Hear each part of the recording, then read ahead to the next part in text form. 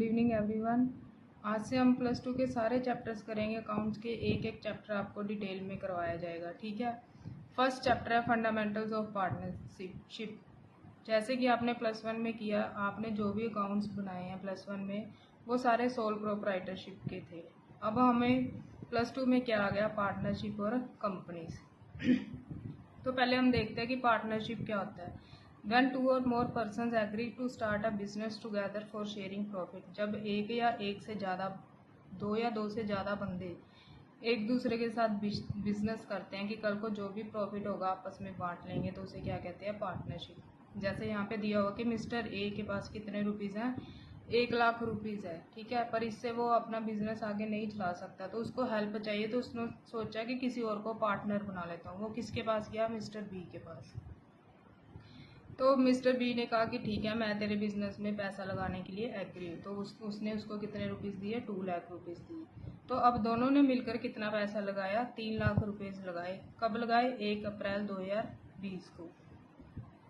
अब उनका बिजनेस साल चला, 31 मार्च 2021 को उनका प्रॉफिट कितना है, 30,000। अब आप कहोगे कि ये कैसे बांटा जाएगा। तो जब वो एग्री करते हैं कि हम दोनों मिलकर बिजनेस करेंगे, तभी ये भी एग्री हो जाता है कि कौन बंदा प्रॉफिट का कितना हिस्सा लेगा। तो इसमें कितने रुपये, इसमें बी ने कितने रुपीस डाले हुए थे, 2,00,000। तो ऑब्वियसली वो ज़्यादा हिस्सा ही लेगा ना प्रॉफिट का। और ए ने कितने डाले हुए थे, 1,00,000। तो बी ने कहा मैं दो हिस्से लूँगा प्रॉफिट के, और ए ने कितने कहे कि मैं एक हिस्सा लूँगा। तो 30,000 में से ए का शेयर हुआ 10,000 और बी का शेयर हुआ 20,000। तो जो ये एग्रीमेंट होता है पार्टनर्स के बीच में, इसको क्या कहते हैं, हम पार्टनरशिप डीड कहते हैं। ये ओरल भी होता है और रिटर्न भी होता है, दोनों में हो सकता है। ओरल फॉर्म में भी हो सकता है और रिटर्न फॉर्म में भी हो सकता है। अब हमने प्लस वन में पढ़ा था कि जब कोई भी बंदा बिजनेस में पैसे डालता है तो वो बिजनेस से अलग होता है। उस कॉन्सेप्ट को हम कहते थे बिजनेस एंटिटी कॉन्सेप्ट। तो ऐसे ही जब पार्टनर्स बिजनेस में पैसा लगाते हैं तो बिजनेस अलग चीज़ और पार्टनर्स अलग चीज़ है। तो जो पैसा हम बिजनेस में इन्वेस्ट करते हैं उसको कैपिटल कहते हैं। बदले में पार्टनर्स को क्या मिलता है, इंटरेस्ट ऑन कैपिटल मिलता है, सैलरी, कमीशन, प्रॉफिट।